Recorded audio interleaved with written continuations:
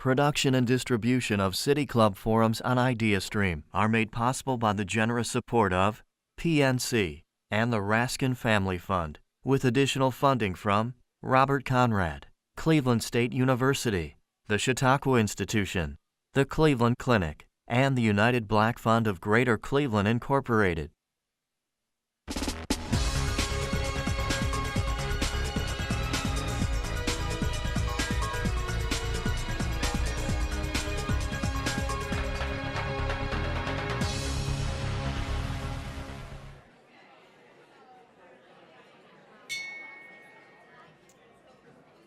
Good afternoon, and welcome to the City Club of Cleveland.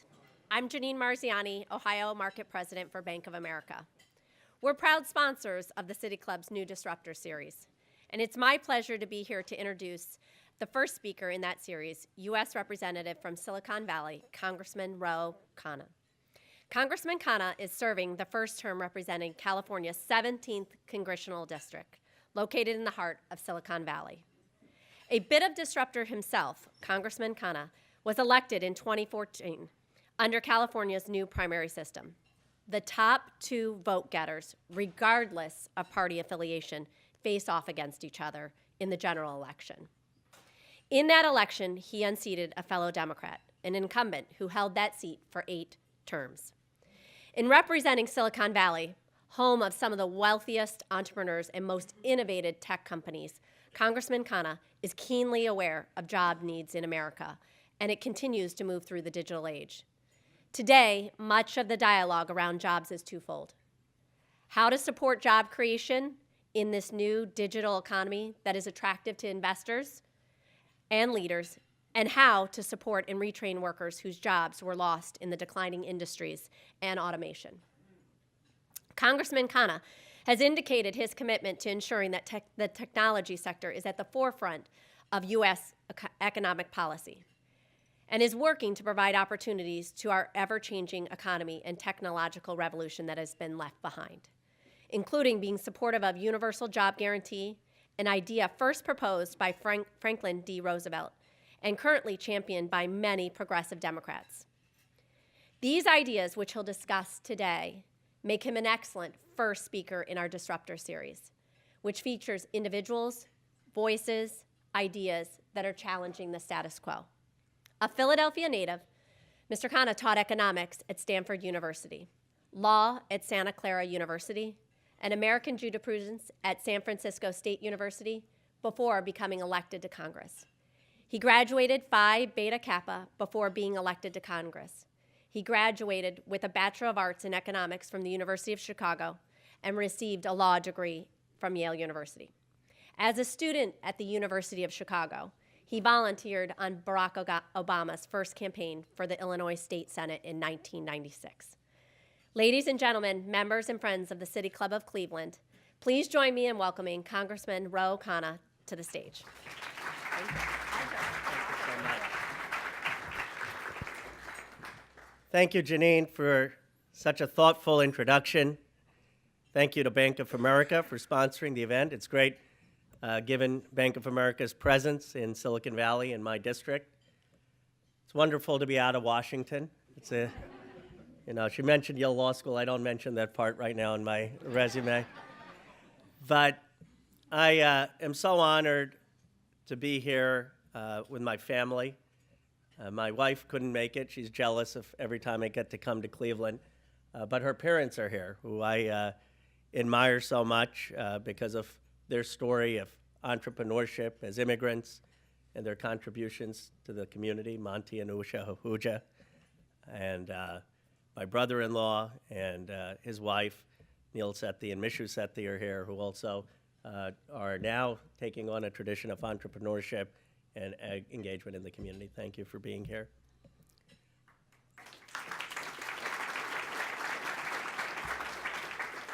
And Dan, thank you so much for inviting me to come speak. I think Silicon Valley can learn something from the Cleveland City Club, because you talk about a conversation of consequence that improves our democracy. And of course, we're right now having a debate about social media and whether it really is a conversation of consequence that is improving our democracy. And I think this type of forum where you actually have a live exchange of ideas and respectful dialogue can't be replicated, even on social media. So I appreciate the tradition. It's a real honor to be able to speak to a club that has had every president since Ronald Reagan, and people who I so deeply admire, like Robert Kennedy and Barack Obama and Bill Clinton. It's an honor to be able to speak here. Thinking about my father-in-law's story, I've been struck as I've gone across this country to rural America what people often say about their own aspirations and fears. One of the words I kept hearing as I went to Paintsville, Kentucky and Jefferson, Iowa, is about the brain drain. Now, I used to think that the brain drain was a term used for immigrants coming to the United States, fearful that there was a brain drain from the countries they were leaving. And I kept hearing this term in communities. People concerned that they could not live in the communities that they grew up in the communities that their father, their grandfather, or their mother, their grandmother had lived in, and have economic opportunity. And you go to these communities and they're saying, we're losing our best and brightest. They no longer can stay in the community they grew up in. One of the problems with our governing class is we tell them, well, go move. Go move to the opportunity. Let me ask you here, how many people here feel like moving to Silicon Valley? No, and most people in Silicon Valley probably aren't going to move to Cleveland. You know, my wife and I have a very odd form of existence. I spent time in California, she's in DC, her parents are in Cleveland, my parents are in Philadelphia. That's not how human families usually want to live. They want to live in a community. They want to live in the community they grew up. We can't expect people to move to jobs. We need to figure out how do we get jobs to communities. And I say that simple insight because as we are going through a transformation in the economy, as we are going and moving from a industrial to a digital age, we need to figure out how we have economic opportunity, not just in concentrated areas. My district is going to be fine, most of the folks there. Let me tell you an example. I had a 10th grader win the app challenge in my district. Her app, when the 49ers play, and I hear the Browns are better this year, so congratulations on that. But when the 49ers play, there's often a parking problem in Santa Clara. If you've been to Santa Clara, you'll know near the stadium there's a parking shortage. So this young girl comes up with an app, and she says, you know what you ought to do? You ought to let people rent out their driveways for parking. Now, I was tempted to introduce her to Airbnb. I don't know her GPA. I don't know her resume. I guarantee you she's going to have a terrific future because she's been exposed to some of the technology and the entrepreneurship, and she has that opportunity and vision. But not all our kids have that. 30 miles from my own district in Oakland, there was a program for cybersecurity. And the program was started by an IBM executive, an African-American IBM executive who said, I want to do something to give back because minority communities aren't being represented in technology. And so I went to cybersecurity to this community college, a 2-year degree. And I talked to one of the young people, and they, I had helped introduce them and created some internships for them at Facebook. And this young person said to me, Ro, thank you for doing that. I said, oh, sure. He said, no, let me tell you my life story. I am in the auto repair business. Building things is the same thing, whether you build cars or whether you build something for technology. But I've got a young son, just like you do. And I work 40 hours a week to support my family. And I do this cybersecurity program on the weekends because I want to get new skills and I want to be part of this. And let me tell you, a lot of weekends, I feel like quitting. It's too much. I can't do this. But after I did that internship at Facebook for 3 months, I'm not going to quit. And it made me realize something. How many of us have had experiences, whether at Yale Law School, where they tell you you're going to be a future leader every time, or at college, where we've had people who've believed in us, where we see what that future is and what the economic opportunity is. And that keeps us going through the setbacks. But for so many parts of this country, that doesn't seem like a real opportunity. And in part, that explains our divide. While some parts of the country seem to be doing really well, Cleveland among them, creating extraordinary wealth. For the first time, we have trillion-dollar companies taking advantage of global markets.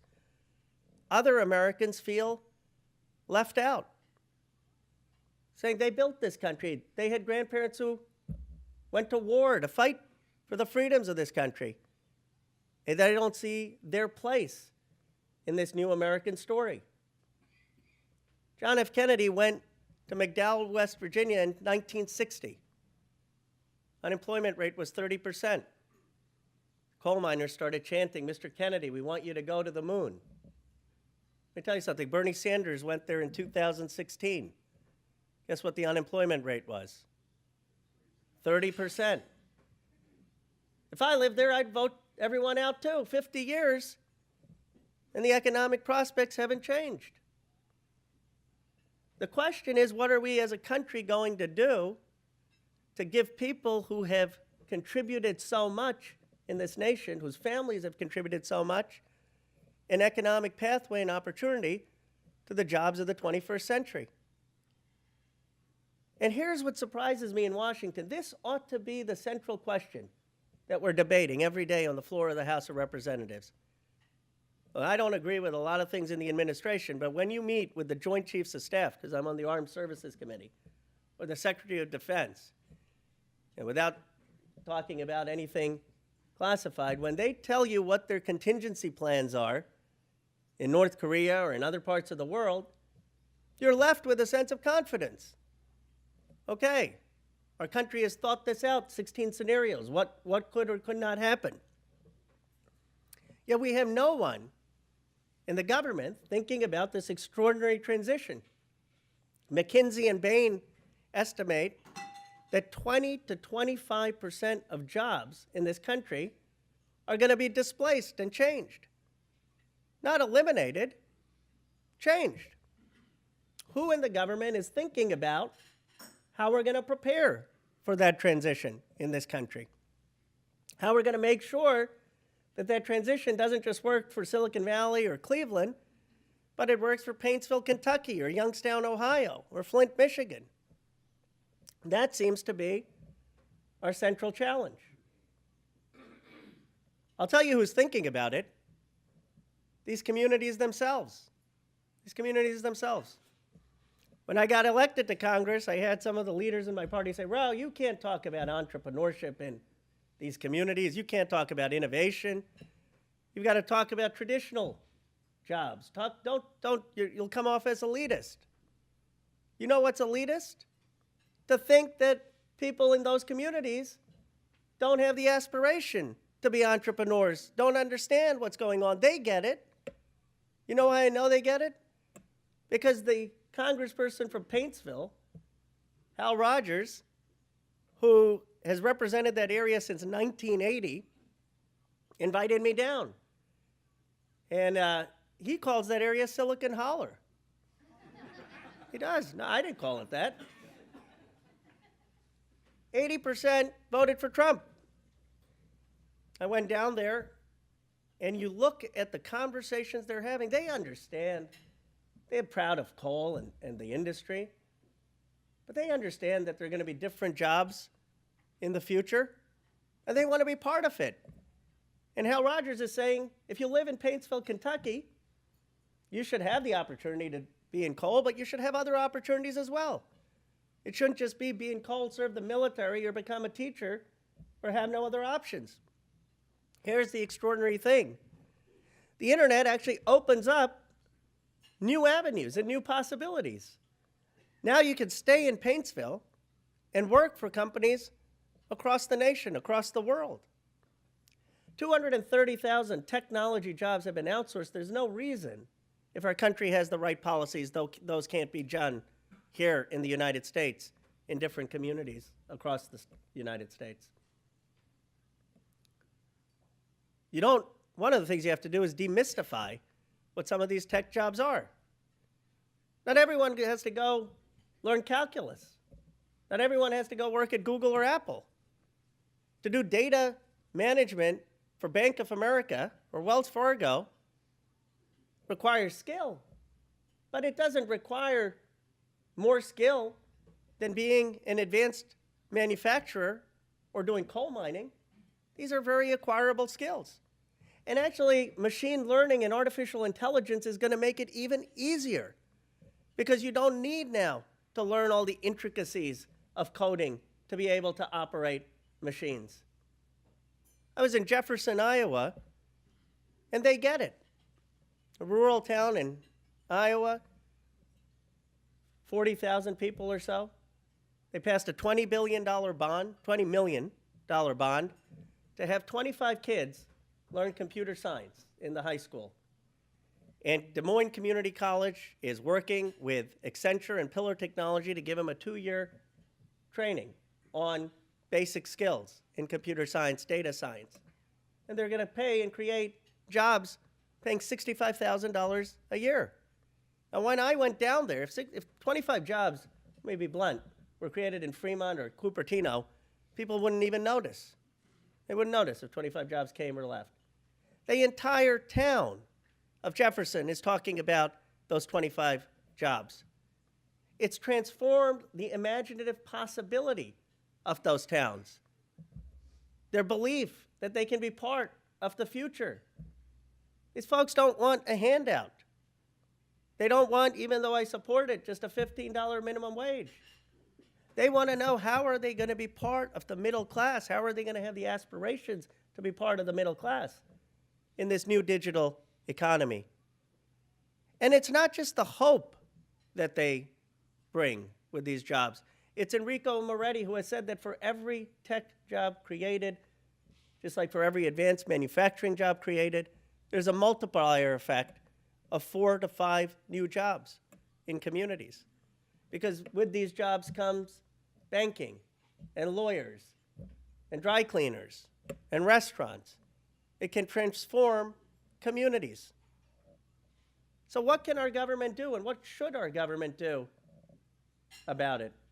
Let me offer 4 ideas that I think could actually have support across the spectrum and help us prepare for the 21st century economy. First, Gordon Gee. How many people know Gordon? Some of you must know him. He was president of Ohio State. He's now president of West Virginia University. He was in my office a few days ago to see me.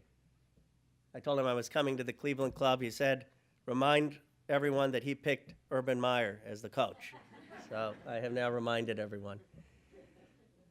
Gordon Gee said that the most important act that Congress passed, in his opinion, does anyone have guesses for what important acts Congress has passed? I know it's hard to think of them now. Got to think back. Anyway, I used to think Civil Rights Act, but Gordon said, in his opinion, the most important act that Congress ever passed was the Land Grant Act, the Morrill Land Grant Act. Of course, Ohio State is a land grant university, back in 1862. Before 1862, the only people who went to college were basically from a very small group of very wealthy families. Most Americans didn't go to college, didn't have access to it, including Abraham Lincoln. But Lincoln had the vision with a Vermont congressman to provide land-grant universities that would teach people agriculture skills and mechanical skills. And there were 106 of them across this nation. And those universities, Ohio State, Michigan State, Berkeley, those became the basis for the economic engine of the Industrial Revolution. They focused not just on liberal arts, that was the traditional Ivy League, they focused on skills that were going to grow the economy. And Gordon said, why can't Congress get its act together and let's have a land grant vision for technology in the 21st century, where we create grants to the institutions to educate them on the tech skills that are going to be needed for the new jobs. By the way, all of those aren't going to be coding. It could be that the new auto repair technician needs to understand how to repair parts that have digital coding embedded in it. It could be that the new person in healthcare needs to understand how to manage data or electronic records. But we ought to be giving regional universities and colleges grants to help populations that have been left behind develop the skills that they're going to need in a 21st century economy. That should be a bipartisan call in this Congress. Number two, we ought to have high-speed internet in every corner of America. Do you know how much China has in terms of fiber? 53% of China has fiber connectivity. You know how much we have? Any guesses? 3%. Let me tell you something. We want to win the 21st century more than as much money we're going to put in defense. We got to compete on innovation and technology. I don't want to be partisan, but you go to Huntington, West Virginia, or you go to Flint, Michigan, and whatever you think about the corporate tax cuts, and we can have a disagreement, they will tell you the biggest thing they need is high-speed internet to get people, businesses to locate there, to get employers to go there. You can cut taxes all you want. If you don't have high-speed internet, you're not going to be able to get businesses to locate. That's the number two point I would do. Number three, the National Science Foundation has a program, the Alternative Technology Education Program. The White House, Matt Leary, and I've talked about it, and it's an extraordinary program. It provides grants for technical training for 2-year programs, not 4-year programs, 2-year programs, 95% placement rate. Why does it work? Because it involves the private industry.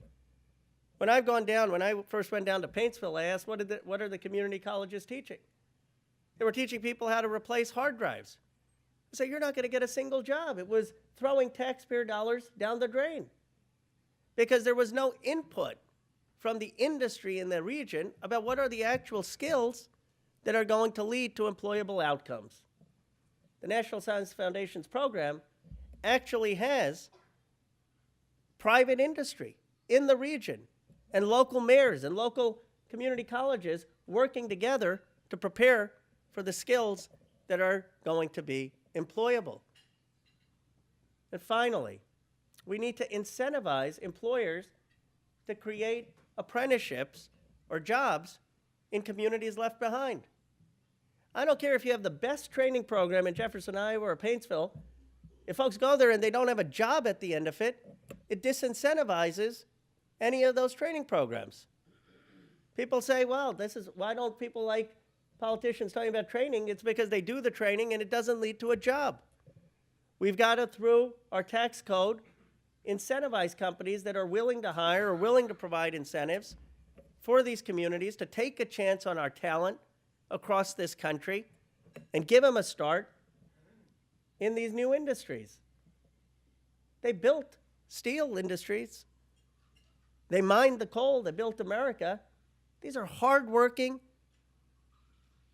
creative, innovative people. They just need a break in the new industries. And we need to incentivize our companies not just to train, but to hire them. Let me end with this before opening it up for questions. I was in rural West Virginia, and they asked me, Ro, what do we need to do to get more tech here? And I was there with Richard Ojeda, who is a person who was running for Congress. And I had told Ojeda, I said, you really want me to coming out to rural West Virginia? I'm from the Bay Area. He said, yeah, I want you to come out because I want to brag that we're going to partner with Silicon Valley to bring all these jobs out here. And so they asked me, what do we need to do to bring more tech to West Virginia? And I said, open up a few more Indian restaurants. And they laughed. But here's my point. You want to overcome the divisions in this country? The divisions around party, the divisions around race, the divisions on immigrant, non-immigrant. Lead with economic opportunity. Provide people an economic pathway. If they think their families and their future are going to benefit from the new digital economy, they will embrace the diversity that comes with it. But if they feel they're being left out, if they feel that they've traced their families' generations of sacrifice to this nation and they don't see their place, then they will resent the changes in our economy. Providing equal opportunity in the digital economy is not just critical to America's economic future, it is necessary for us to start to link this country and stitch this country back together, overcoming the divides of geography, race, and party that seem so stifling today in Washington. Thank you.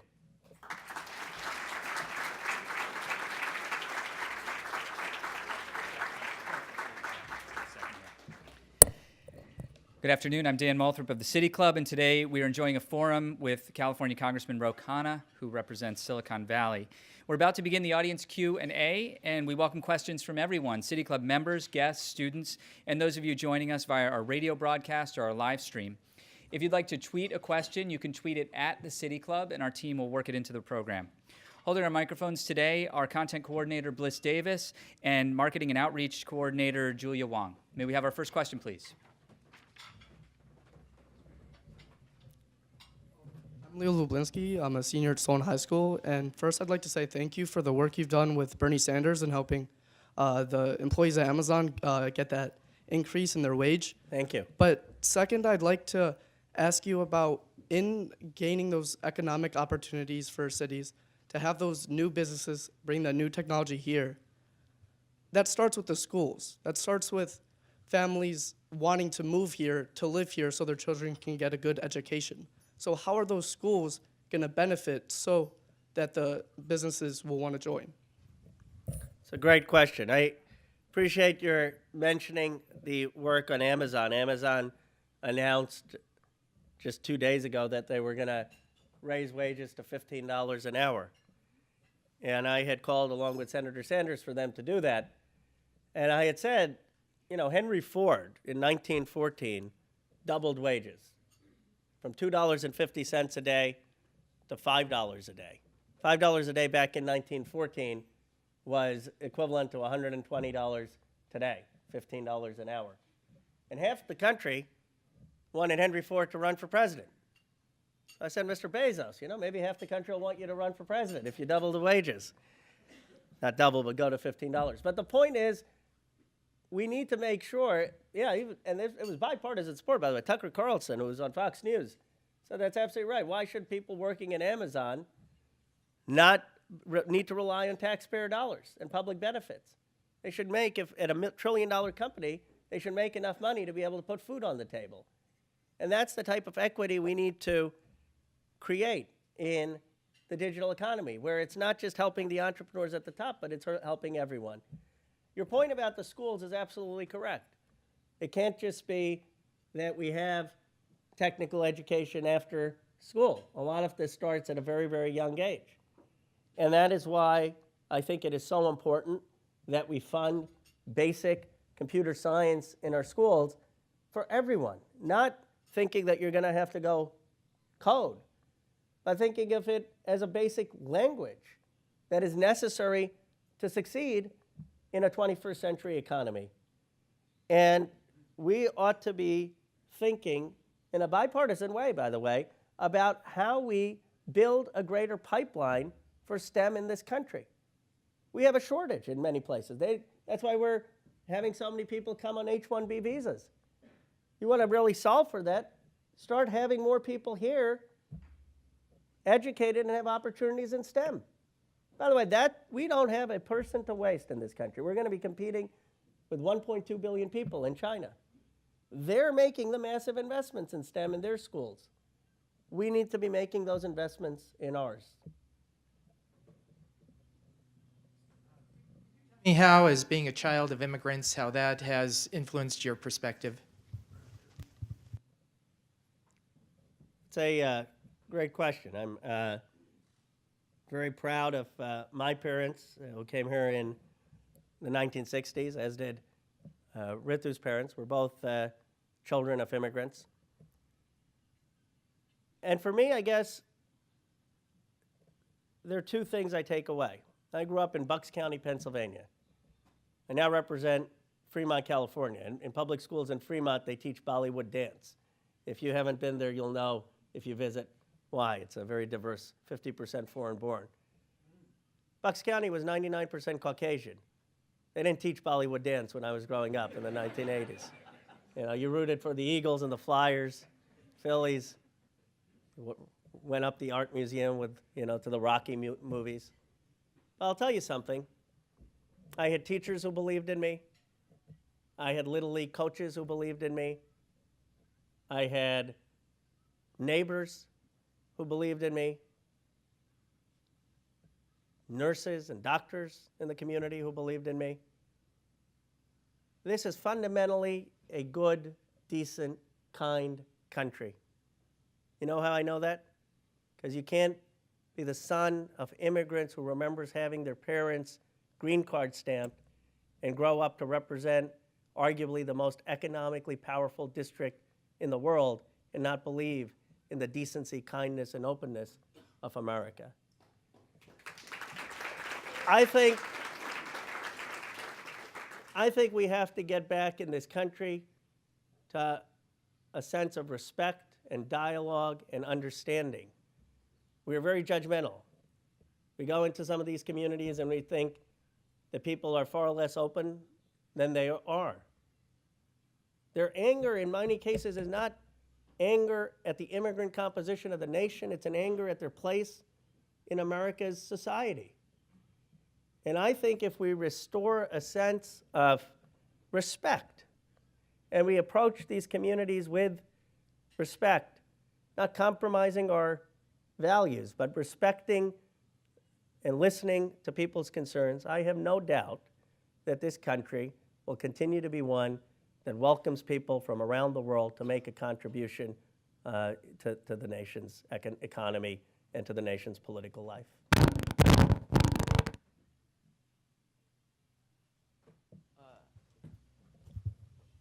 Hi, Congressman. Hi, how are you? Good. I saw your book. We had done some research on you before we came here, and I saw your book. I think it was titled "Why We Still Need Manufacturing Jobs in America." Yeah. And then I heard your speech today, and it's more toward the end that we should have more digital jobs, more coding, things like that. Obviously not all coding, but I was wondering how those two things, those two philosophies can kind of coexist, and I want to understand that more. It's a great question. I think Youngstown is a great example here in Ohio of how they can coexist. If you go to Youngstown, it has the leading 3D printing center in the world, Institute, in Youngstown, Ohio, where my brother-in-law is from.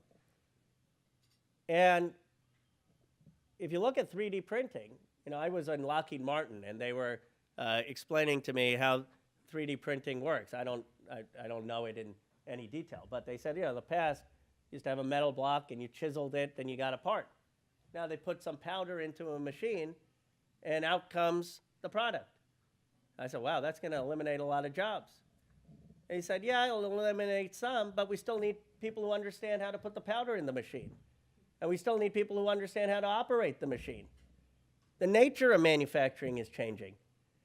For the successful machinists of the 21st century, they're going to need some basic understanding of how to operate machines and some basic literacy in technology.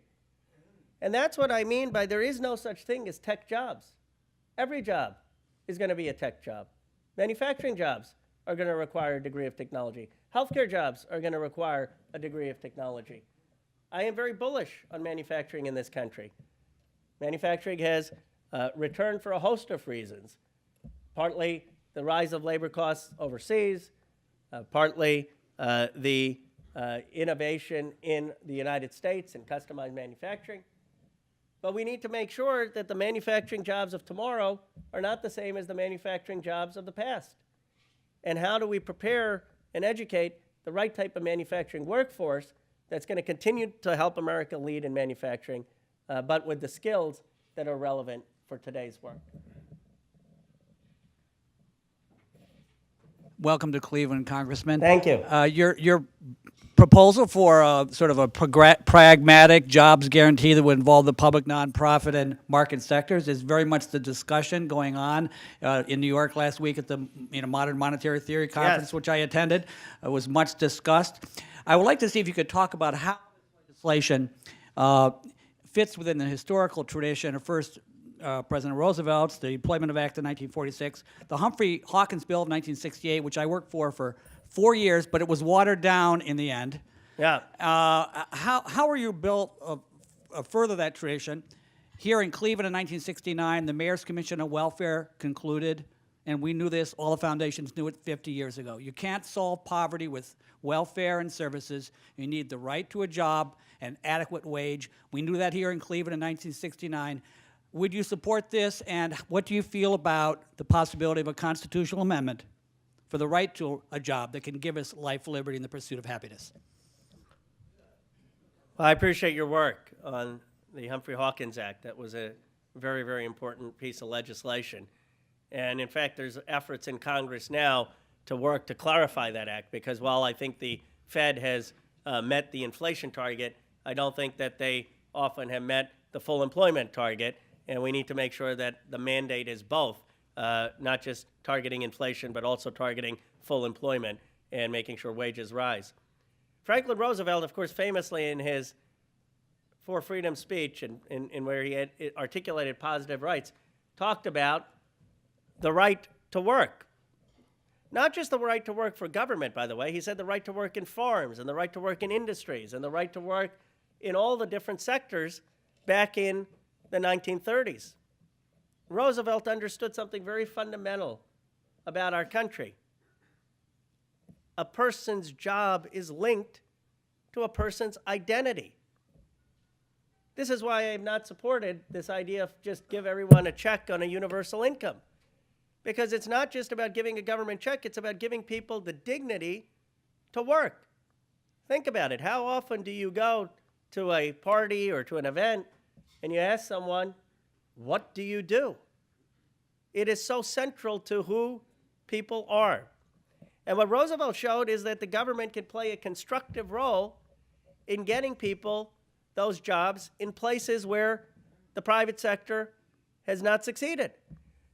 Not because we don't believe in the private sector, but because there are places where you have market failures, where there are geographies that require some government assistance to help get people started. And the jobs proposal that I outlined starts with that premise, that if you are looking at geographies that have over 10% unemployment, we ought to provide a temporary incentive for either the public sector or the private sector to hire in industries which we know are going to have large job growth, places like elder care or child care, or industries related to advanced manufacturing or technology. We need to make sure that we are, the private sector, our colleges, and the government are anticipating the transition to a digital age and a new economy, and that we're making sure that no place is left out of that. There's a history of that with FDR. I hope and seriously doubt we'll ever get to the stage where he was at 25% unemployment. But we need to be proactive while we are at 3.7% unemployment to anticipate around the corner what will happen as these jobs start being automated or transformed.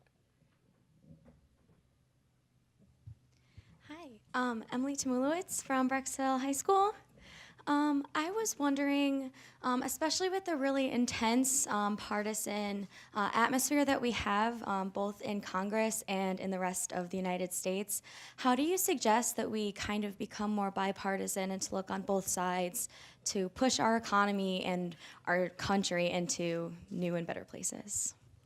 Well, we need your generation to start running. I mean, The other generations have kind of messed it up so far. I mean, can't get worse. We're at 10% approval rating in Congress, and it keeps going down. At some point, it's gonna plateau. But you know, I don't think that the challenge is just the people in Congress. There's some decent people. I had the opportunity. I worked with Senator Rob Portman, who represents your state. And we actually had a bill very recently to modernize federal websites that passed both the Senate committee and the House committee. And we disagree on a lot of issues, but on this issue, we've come together. And I'm very hopeful this will actually become a law. The challenge seems to be that the country itself is polarized and divided in communities. That we have somehow, as I was alluding in an earlier answer, lost the ability to listen, to be open-minded, to try to understand each other's perspectives. And so while you're in high school, I would encourage you to go meet with people who have a different view than you do. Think about why they may support a candidate that you don't support. Go to communities that may have voted differently than the community you lived in voted for. Try to understand their perspective, and then try to find that common ground which both of you may share as Americans. I don't think it's the obligation or actually the possibility for politicians to solve the divide in America. It's the responsibility of every citizen to extend ourselves, to question our own assumptions, and to engage in conversation respectfully with people we disagree with. And I think it's only by that type of hard work and genuine engagement that we're going to try to find some common ground in this country.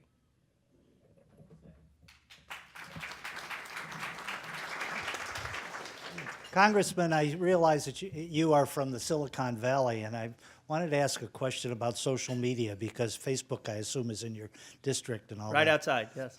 They are there's been a lot of criticism with respect to the use of social media in in transmitting hate, and a lot of situations involve that. What is your position, or what is in fact Facebook's position, as far as you know, as to control of social media with respect to the getting rid of the Alex Joneses, for example, and things like that? Well, it's a great question. Just yesterday, Kara Swisher of the New York Times wrote a column about the Internet Bill of Rights that I came out with. I'll answer your question specifically, but it addresses not just the issue you raised, but more broadly what the rules of the Internet should be. And it's online if you want to read it, and I look forward to your comments about it. How many people here saw Mark Zuckerberg's testimony in Congress or read about it? Let me tell you what I thought happened. Most of the country was really upset at Zuckerberg, thought Zuckerberg needed to really be held accountable in those hearings. And then they saw the congresspeople and senators who were asking the questions. And they said, those are the people who are going to be writing the rules? One senator asked Zuckerberg, how does Facebook make money? Another senator kept calling Zuckerberg Zuckerman. I'm not kidding you. I mean, if I came to Cleveland and I called LeBron Jameson, Jimmy Fallon would be saying, who's this congressman?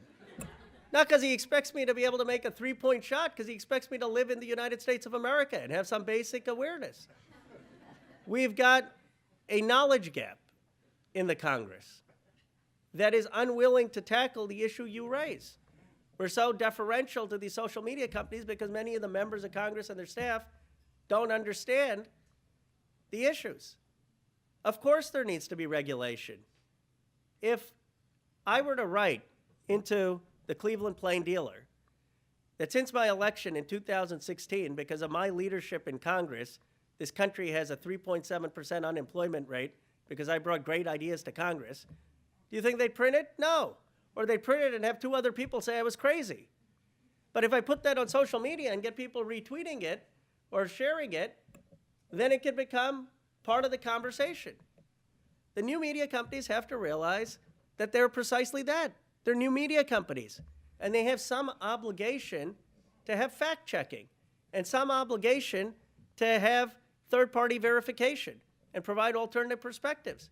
If there's something that's blatantly false and it's getting over 50,000 shares, someone ought to step in and check that. And they've taken efforts to try to do that, but it's just the beginning. And what I've said is Silicon Valley needs to hire a lot more philosophers and ethicists to help come up with the norms for new media, just like newspapers and television stations had to come up for journalistic standards there. They have to come up with some standards that if there's blatantly insightful hate speech or blatantly false propaganda, that gets vetted out or at least fact-checked and people are given a perspective. Good afternoon, Congressman Khanna. We really appreciated your speech today. My students and I from Solon High School had a chance to read your article in the Fortune magazine where you referenced some of the literature that you've been reading. I found it interesting as an African-American history teacher that you referenced Booker T. Washington and W.B. Du Bois, right, and how they had a debate on education and skills. You also mentioned a very staggering statistic about the connectivity of China versus America. What is Congress's plan to, bring that connectivity, fiber connectivity together? Is there bipartisan efforts to make that happen, and with maybe a more Booker T approach to kind of get that done?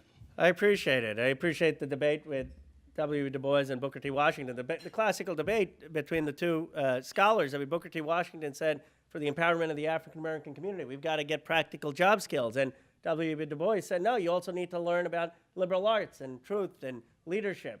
And you probably need both. You need both because even in a social media world, even if we have technicians and engineers, you still need people asking what is truth and what is good debate and what is citizenship.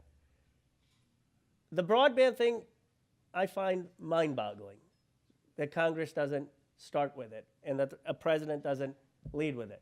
In the past in this country, whether it was Republican or Democrat, Dwight Eisenhower or Reagan, we always agreed on investment in things that would move America's competitive advantage forward. And if you believe, as I think the president actually genuinely believes, that the 21st century is going to be a competition between us and China, if you believe that, then one of the biggest things you could do is invest in the fiber and broadband infrastructure for this country. It would cost $80 billion to have universal broadband access with mostly fiber in every part of America. Now, we could do 1.4 trillion tax cut and instead of 1.5 trillion, put 100 billion into broadband. And I'm saying, look, there are other things that Democrats may want to do. There are other things Republicans may want to do. This should be an area we can all come together on. And it would help, by the way, underprivileged communities that are the base of both parties. It would help African American and Latino voters, more who vote Democrat. It would help rural Americans, more who right now vote Republican. I think it will require the president and a few in our leadership to push it, but I think it should be one of the highest priorities for our country. Certain cities in this country have become centers of excellence. I think we in Cleveland have become a center of excellence for healthcare. And what I mean by center of excellence is one where people, professionals of in a particular field, congregate and are congenial with one another. We had the mayor of Pittsburgh here a few weeks ago, and that's become a center of excellence for information technology. Akron has become one for polymer science. How do you get started on the process to really create a center of excellence for a given technology?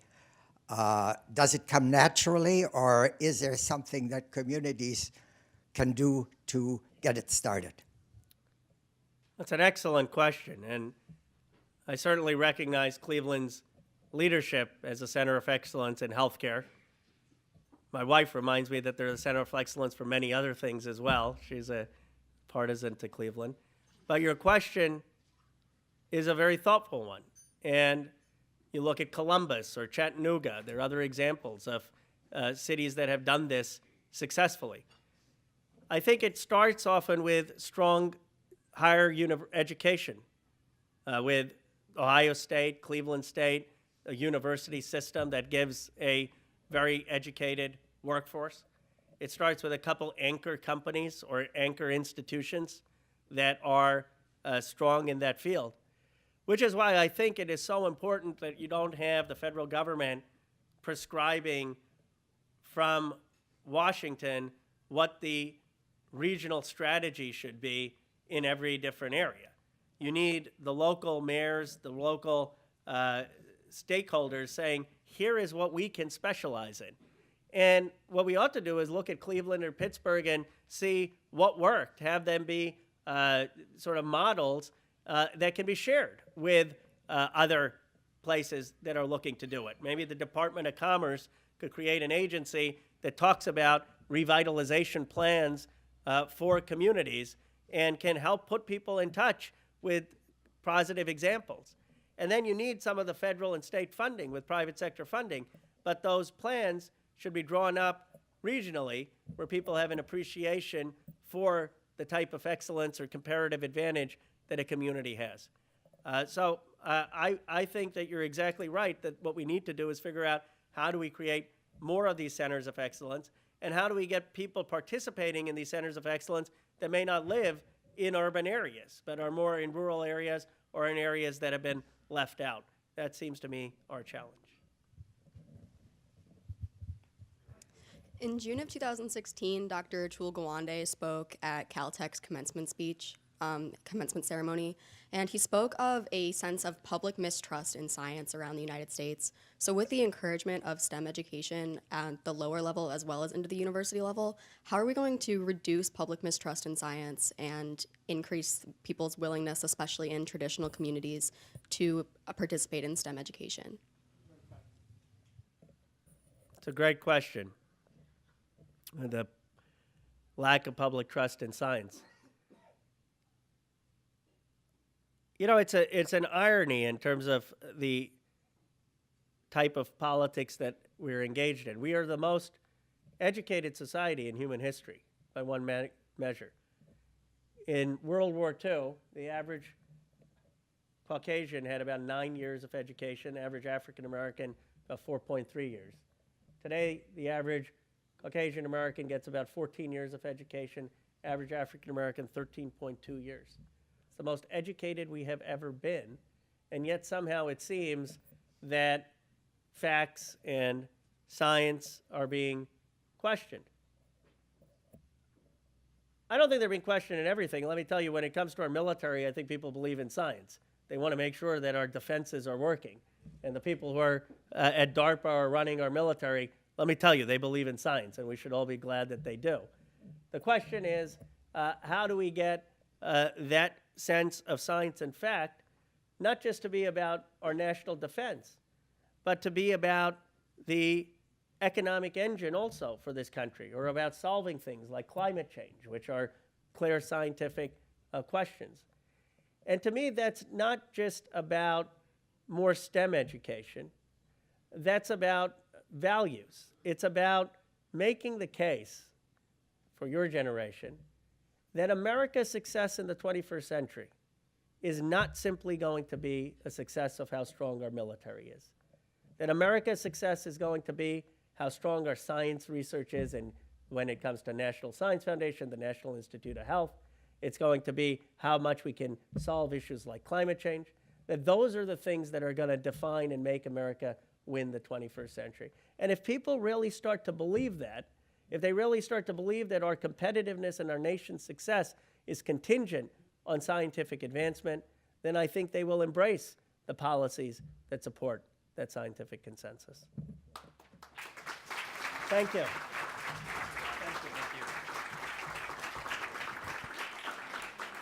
Today at the City Club, we're enjoying a forum with California Congressman Ro Khanna. Our forum today is part of our Disruptor series sponsored by Bank of America. We have Janine Marziani and Raju Patel and several of their colleagues from Bank of America with us today. Thank you so much for your support of this series. Support for the City Club in today's forum is also provided by the Burton D. Morgan Foundation, whose mission is to champion the entrepreneurial spirit. They asked us to remind you that as a foundation, they do not endorse political candidates or specific policy platforms, and that the views expressed by today's speaker should not be attributed to the foundation. We're delighted to have Vicki Brower, Special Initiatives Officer for the foundation and writer of disclaimer statements, with us today. Thank you for your support. Our forum today is also the George Gund Memorial Forum on the State of the American Economy, made possible by a generous gift from the George Gund Foundation. We, of course, also appreciate their continued support of our programming. We welcome guests at the table hosted by Winfield Associates, and we also welcome students from Brecksville Broadview Heights High School and Solon High School. In addition, our forum today featured the Young Entrepreneur Market, comprised, and if you weren't here, if you're listening on the radio, you missed it. It was awesome. The Young Entrepreneur Market, comprised of students from Gilmore Academy, Roughing Montessori, Wycliffe City Schools, the Hero Within You Network, and Shaker Heights City Schools. Student participation in City Club forums is provided by many foundations, including the William M. Weiss Foundation. We thank all of you for being here today, and those of you who are selling your wares for selling your wares. And that brings us to the end of our program. Thank you, Congressman Khanna. Thank you, ladies and gentlemen. Our forum is adjourned. For information on upcoming speakers or for podcasts of the City Club, go to cityclub.org.